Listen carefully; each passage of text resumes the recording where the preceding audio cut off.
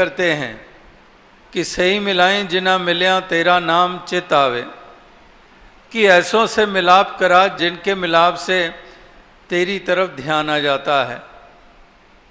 वही बात हो रही है कि तुझे ना विसारूं, विसर नाही दातार अपना नाम दे, कि तुझे ना विसारें तुझे ना भुलाएं। तो इस प्रकार से ये संत महात्मा भक्तजन वो इसके बगैर एक दम भी नहीं रह सकते हैं, एक पल भी नहीं रह सकते हैं। ये जीवन है इनका, है तो सारे संसार का जीवन यही, लेकिन भक्त जो है वो इस चीज़ को जानते हैं और इसीलिए गुणगान करते हैं। एक जीवन का आधार यानी कि सारे संसार का आधार तो निराकार ही है, लेकिन जो असंत होते हैं, जो अज्ञानी होते हैं, वो इस चीज़ को जानते नहीं हैं, इसलिए वो एहसास नहीं करते हैं।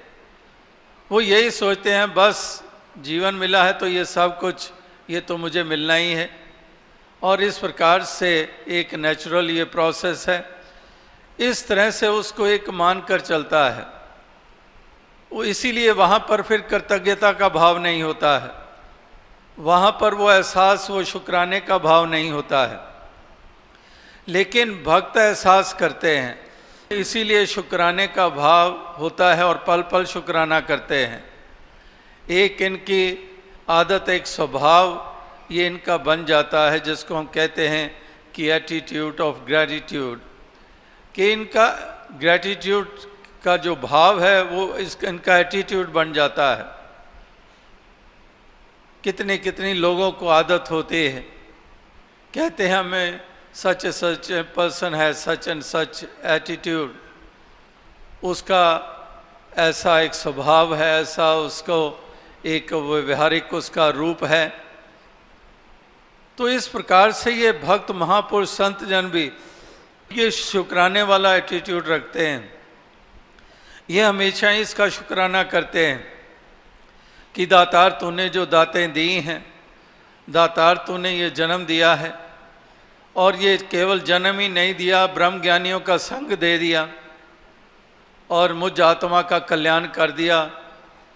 जन्मों जन्मों से भटकने वाली, जन्मों जन्मों से शरीरों में आने वाली, नाना योनियों में से गुजरने वाली मुझ आत्मा का उद्धार। तो शुक्राना जितना करते जाऊं कम नहीं है, वो कम पड़ जाएगा, जितना भी करते जाएं उतना ही कम पड़ेगा।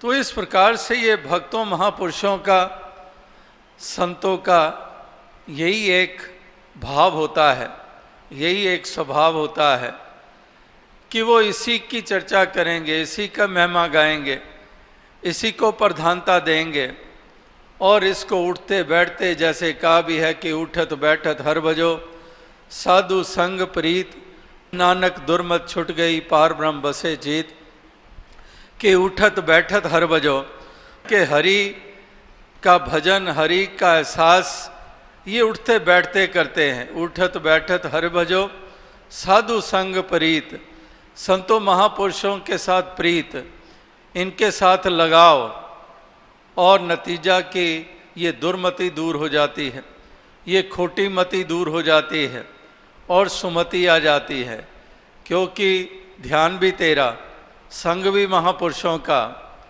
तो इस प्रकार से ये फिर ये कूड़मति या हूड़मति या ये खोटी मति क्यों, फिर तो एक सुमति ही होगी।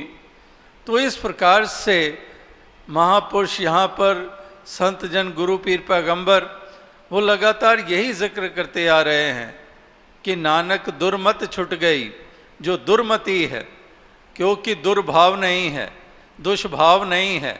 दुर्भाव और दुष्भाव इसलिए नहीं है क्योंकि पावन के साथ नाता जुड़ा है और साधु की मति को लिया है।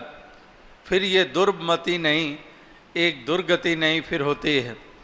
तो इस प्रकार से ये संतों महापुरुषों की वाणी वो लगातार यही पुकार पुकार कर कहते हैं कि श्वास श्वास सिमरो गोविंद, मन अंतर की उतरे चिन, कि श्वास श्वास पे नाम ले, वृथा श्वास मत खोए, क्या जाना इस श्वास का आवन होए ना होए, कि ये पता ही नहीं है कि अगला श्वास आना भी है कि नहीं आना है। तो अगर मैं श्वास श्वास पे इसका नाम ले रहा हूँ, तो अगर वो आखिरी भी है तो फिर ये होगा कि आखिरी श्वास तक इसने इसका ध्यान किया। ये पता नहीं है कि कौन सा आखिरी होगा। और अगर ये श्वास श्वास इसका एहसास है, तो अगर आ ही गया आखिरी श्वास, तो फिर आखिरी श्वास भी इसी के रंग में रंगा हुआ होगा। तो इसलिए महापुरुष कहते हैं कि श्वास श्वास पे नाम ले, वृथा श्वास मत खोए, क्या जाना इस श्वास का आवन होए ना होए। इसी प्रकार से अवतार वाणी में भी हम पढ़ते हैं कि तुही नंकार करो ते हर पल इसनु याद करो, इस अमृत नू रज रज पियो तन सौखा दिल शाद करो। कि एक तुही नंकार करो, हर पल इसनु याद करो। हर पल की बात की है, एक पल की नहीं, 2 पल की नहीं, कुछ पल की नहीं। 8 पहर आराधिए, 8 पहर की आराधना। ये नहीं कि 1 पहर या 2 पहर की आराधना। कुछ पल की बात नहीं, श्वास श्वास सिमरो गोविंद, कुछ श्वास सिमरो गोविंद की नहीं बात। इस प्रकार से ये महापुरुष संत जन ये लगातार इसी और ही ध्यान अग्रसर करते हैं।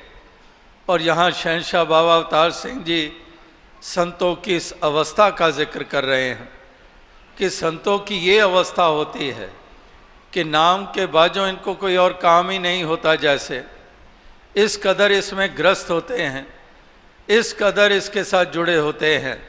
और इसी प्रकार से ये इसी का ही वण जिसी का व्यापार करते हैं।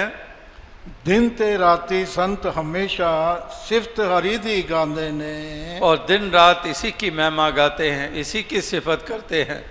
ये सिफत, ये महिमा, ये इसी की करते हैं, अपनी ज़ुबान को पवित्र करते हैं। और जो इतनी सिफतें करके भी यही मानते हैं कि मैंने तो जैसे सागर में से एक बूंद निकाल लें, तो बूंद जितना भी नहीं मैंने तेरी महिमा गाई है। इतनी करके भी जैसे वो वचन हम लगातार पढ़ते हैं कि 7 समुंदे मस करूं कलम करूं बन राय, और वसुधा कागज़ यूं करूं हरि जस लिखन ना जाए, कि सारी एक धरती को कागज़ बना लूं और 7 समुंदे मस करूं, कि 7 समुद्र में जितना पानी है, केवल 7 समुद्र में नहीं, जितनी नदियाँ, जितने झरने, जितने तालाब, जितना भी पानी है, सबकी स्याही बना दूं और सारी वसुधा धरती को कागज़ बना लूं और सारी वनस्पति को कलम बना लूं, जितने भी जंगल, पेड़ी पेड़, वृक्ष वृक्ष, जितनी भी वनस्पति है उसको मैं कलम बना लूं, तो कहते हैं कि फिर भी हरि जस लिखन ना जाए, कि हरि का यश फिर भी जितना लिखेंगे उतना कम, जितना गाएंगे उतना कम। तो इस प्रकार से ये इसी की सिफत करते हैं, ये दिन रात इसी की महिमा गाते हैं, इसी के गुणगान करते हैं। और जो इसके गुणगान करते हैं तो जो इसके रंग में रंगे हुए हैं फिर उनके भी गुणगान करते हैं कि ये इसी के रंग में रंगा हुआ है, उसी की महिमा गाएंगे, उसी की सोबत करेंगे, कि ये इसी के गुणगान करते हैं, इसी के रंग में रंगे हुए हैं। तो फिर वो भी प्रिय लगते हैं संतों को, वो अति प्रिय लगते हैं कि ये भी रंग में रंगा हुआ है। और जब इतने रंग में रंगा हुआ है, इस कदर रंगा हुआ है कि अपना आप भी इसने विसार दिया है, अपने अस्तित्व को ही मिटा दिया है, फिर वही अवस्था हो गई कि तो ही मोही मोही तो ही अंतर कैसा।